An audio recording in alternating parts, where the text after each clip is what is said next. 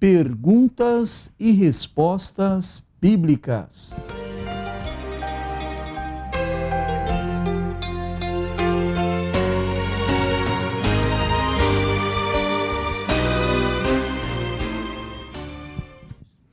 Nós temos aqui 3 perguntas do nosso ouvinte Tony Fagundes. Ele é da Assembleia de Deus, Ministério São Mateus. A primeira pergunta que ele faz ao pastor é: pastor, hoje, biblicamente falando, o dízimo é válido? Nossa resposta é sim. Hoje, o dízimo é biblicamente válido. Vejamos o que Jesus diz sobre o dízimo. Em Mateus capítulo 23, versículo 23, está escrito o seguinte: Ai de vós, escribas e fariseus hipócritas, porque dizimais a hortelã, o endro e o cominho, e desprezais o mais importante da lei, o juízo, a misericórdia e a fé. Deveis, porém, fazer estas coisas e não omitir aquelas. 2 coisas devem ser destacadas. Primeiro, é a declaração de Jesus afirmando que a fé, a misericórdia e o juízo também pertencem à lei. Ele diz isto: vós dizimais a hortelã, o endro e o cominho, e desprezais o mais importante da lei. Então, o juízo, a misericórdia e a fé, qual o crente evangélico que recusa receber estas 3 coisas? O juízo, a misericórdia e a fé. Admito que nenhum, certamente. Logo, não se pode impugnar o dízimo que foi dado por Abraão, que foi dado 430 anos antes da lei. Logo, essa ideia de que o dízimo surgiu com a lei não tem base bíblica.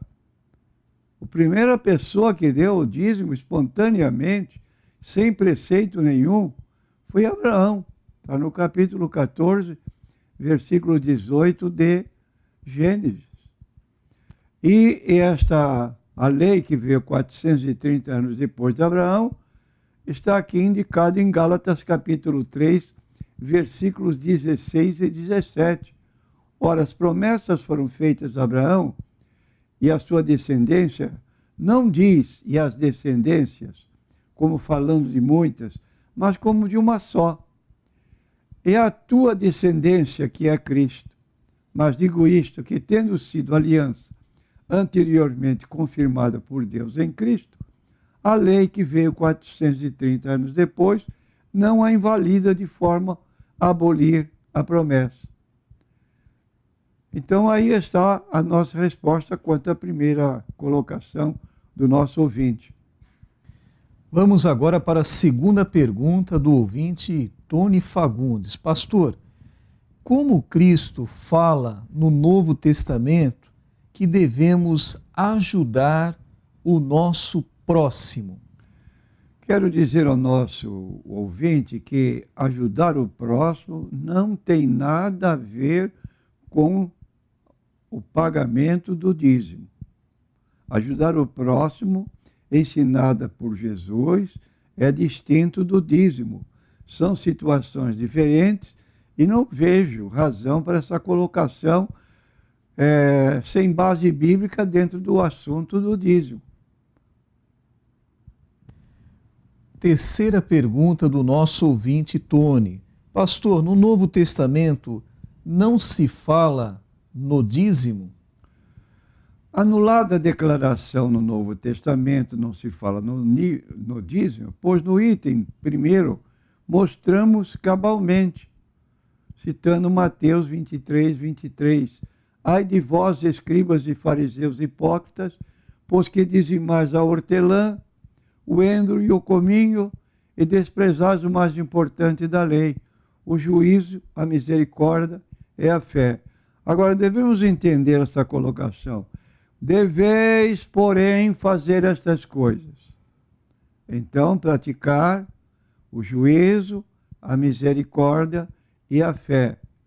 E não omitir aquelas. Quais?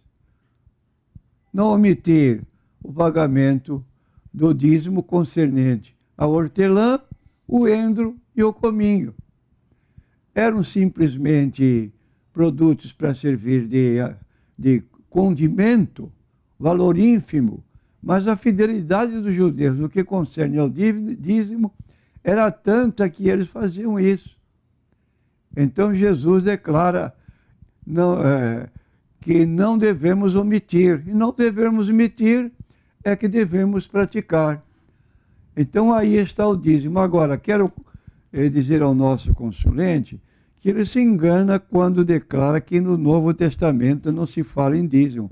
Essa declaração que repetidamente ouvimos, sem base bíblica, é porque pessoas não são orientadas corretamente. Mas no capítulo 7 do livro de Hebreus, nós vamos notar essa colocação dentro do Novo Testamento e a recomendação para que o dízimo seja pago da forma como foi pago por Abraão.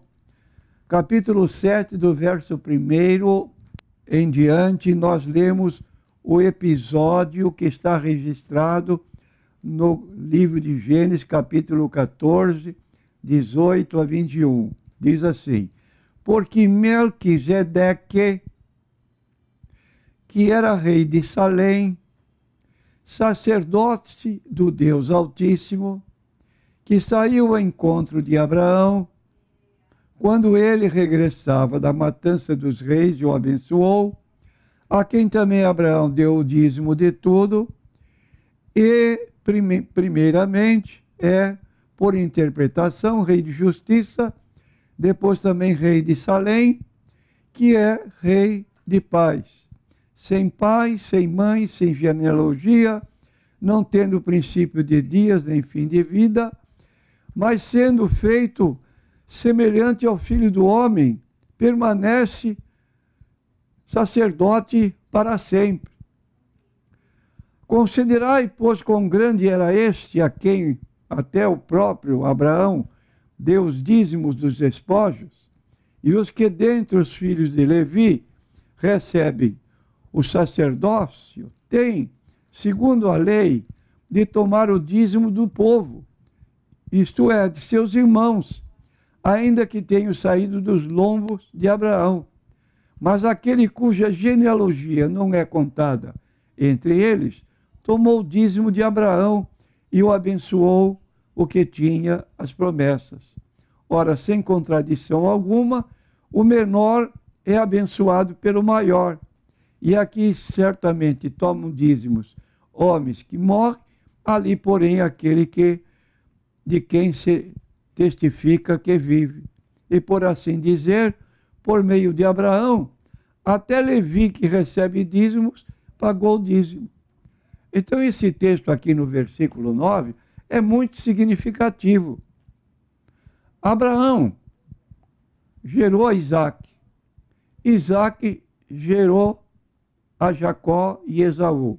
Jacó gerou os 12 patriarcas. Um deles era Levi.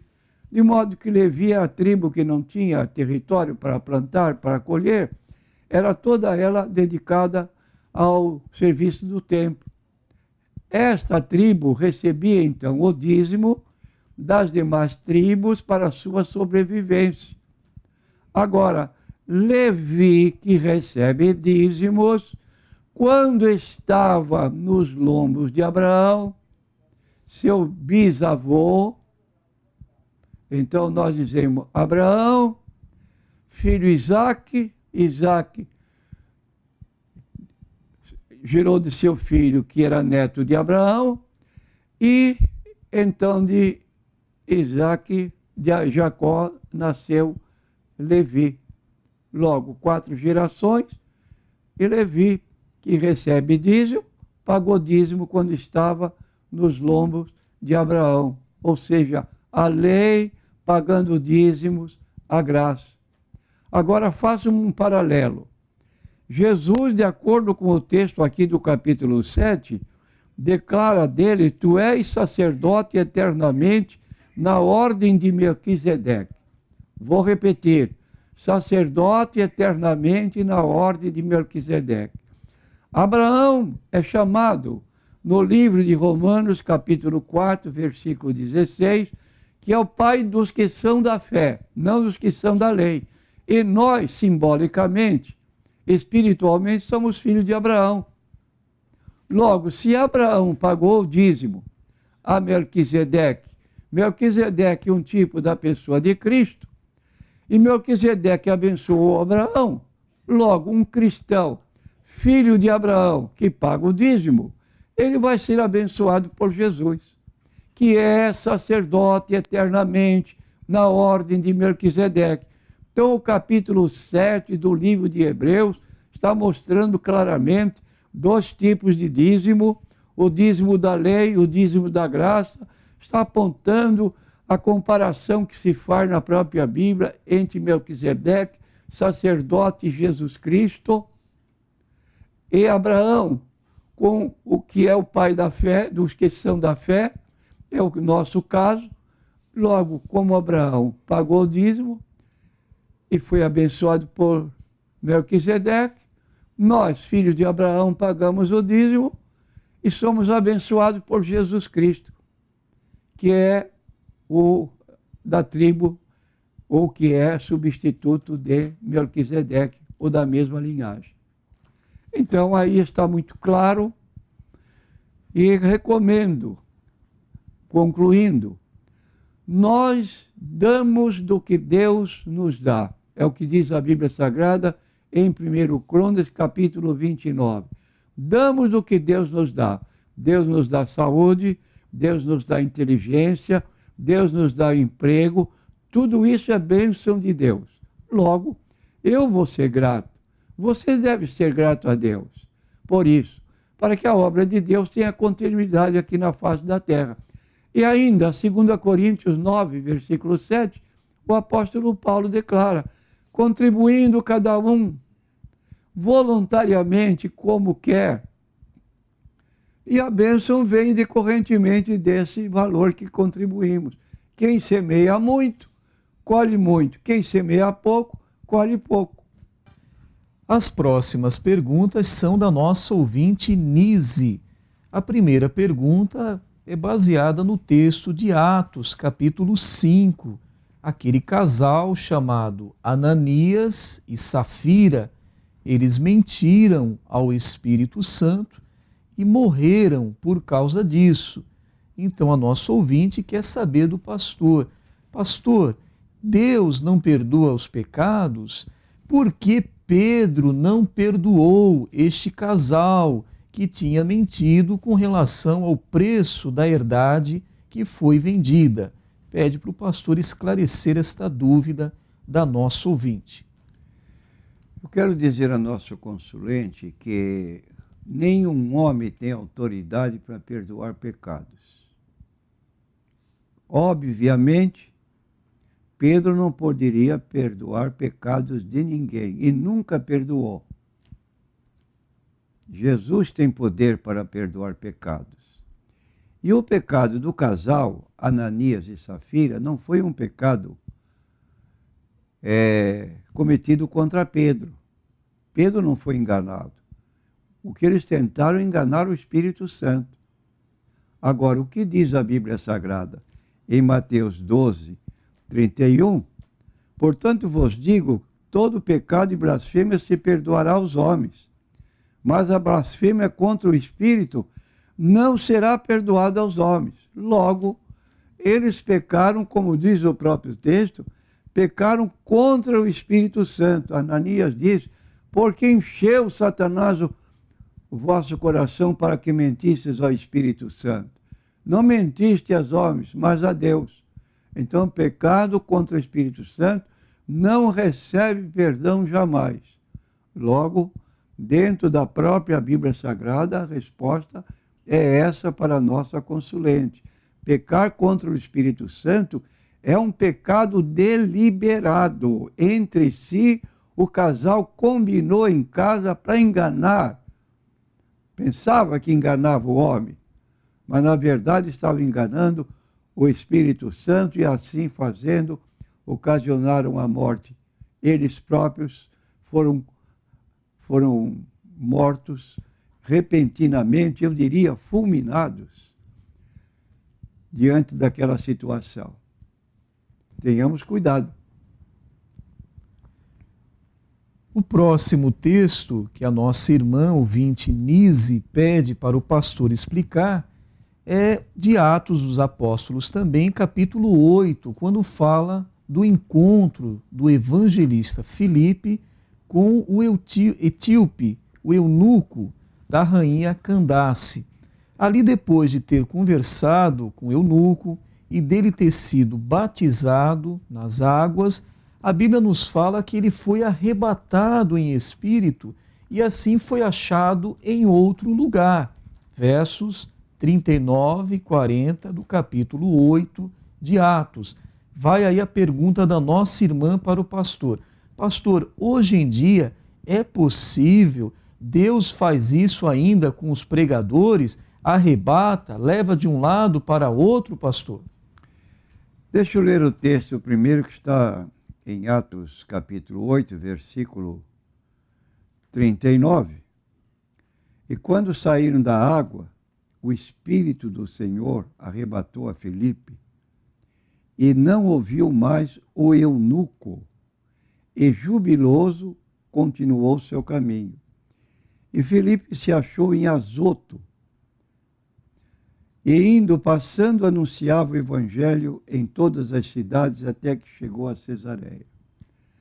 Então aqui nós temos um tipo de arrebatamento parcial. Ele foi deixado em outro lugar corporalmente. E esse milagre operado pelo Espírito Santo é possível, é viável acontecer em nossos dias, se for do propósito de Deus e se houver alguma necessidade.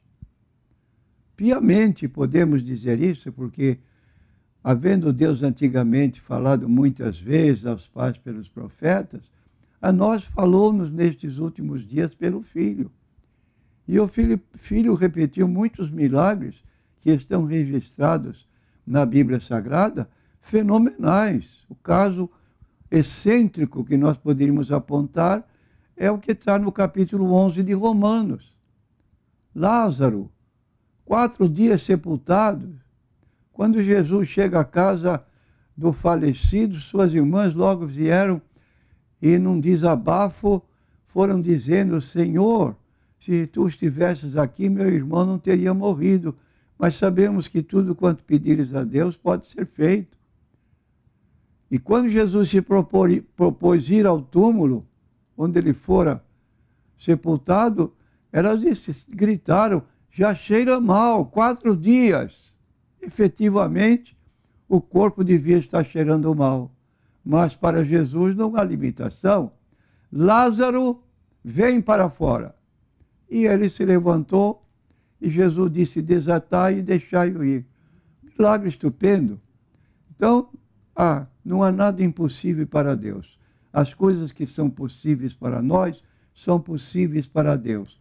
De modo que esse milagre aqui realizado no transporte de Filipe para outra região, em corpo vivo, quer dizer, perfeitamente normal, é algo que Deus pode fazer a qualquer hora, segundo a sua vontade. Não para exibicionismo. A próxima pergunta é do nosso ouvinte Emerson, da cidade de Cubatão. São, na verdade, 2 perguntas feitas ao pastor. Primeiro, pastor, quando colocamos Deus na parede, o que pode acontecer, pastor? Prezado consulente Emerson, não podemos esquecer que você, eu, nós, seres humanos, nós somos chamados na Bíblia de barro. e o oleiro é Deus. Logo, o barro está na mão do oleiro, para o oleiro fazer do barro o que quiser, e não ao contrário. Vou ler o texto bíblico de Isaías, capítulo 29, versículo 16. Vós tudo perverteis, como se o oleiro fosse igual ao barro, e a obra dissesse do seu artífice, não me fez. E o vaso formado dissesse ao seu oleiro, nada sabe. Então aí está uma colocação que não podemos contrariar o que está aqui apresentado. Deus é o oleiro, nós somos o barro. Logo, encostar Deus na parede, só na teologia da prosperidade que você pode encontrar um ensino desse. Biblicamente você não encontra. Agora, nessas teologias que estão surgindo ultimamente, se encontra de tudo.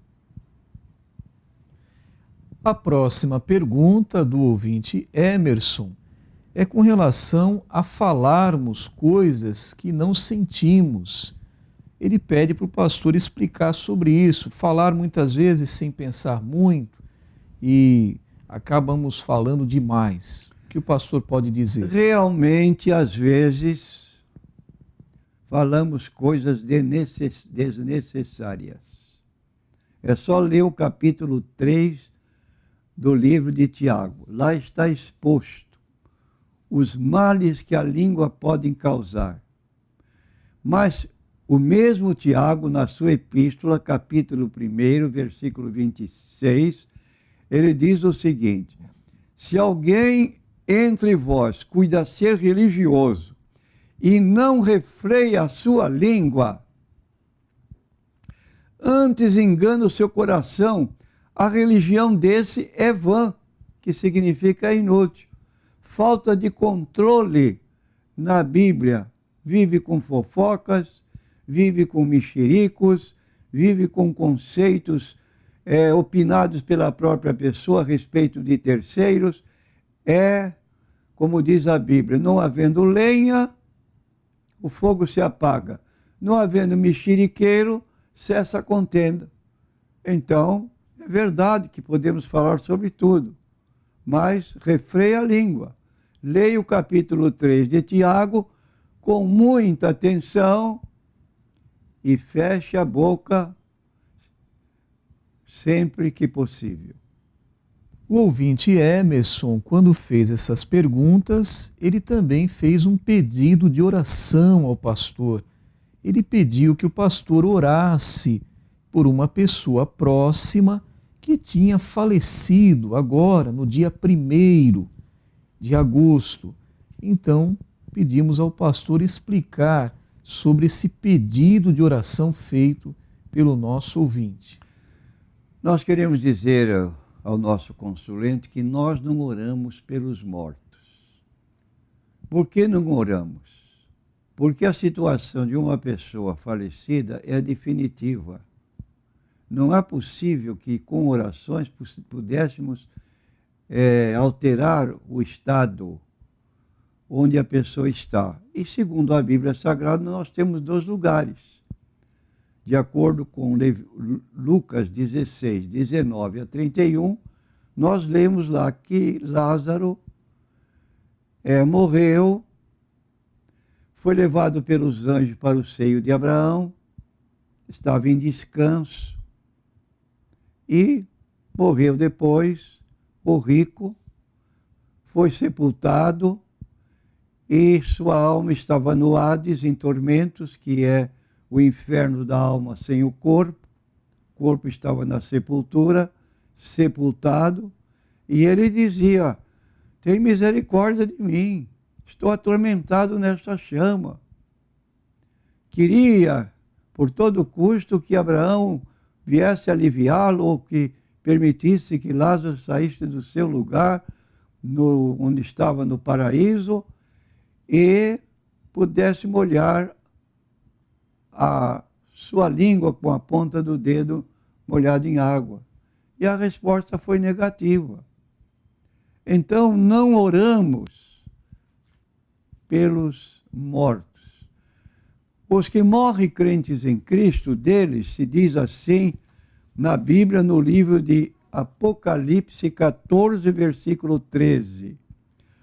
Ouvi uma voz do céu que me dizia: escreve, bem-aventurados os mortos que desde agora morrem no Senhor.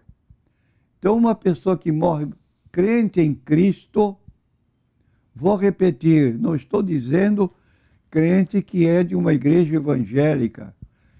Pode ser de uma igreja evangélica que às vezes não está pertencendo a Cristo, só tem nome. Não vou julgar, mas bem-aventurados os mortos que desde agora morrem no Senhor. Porque são bem-aventurados. Sim, diz o Espírito, para que descanse dos seus trabalhos e as suas obras os seguem.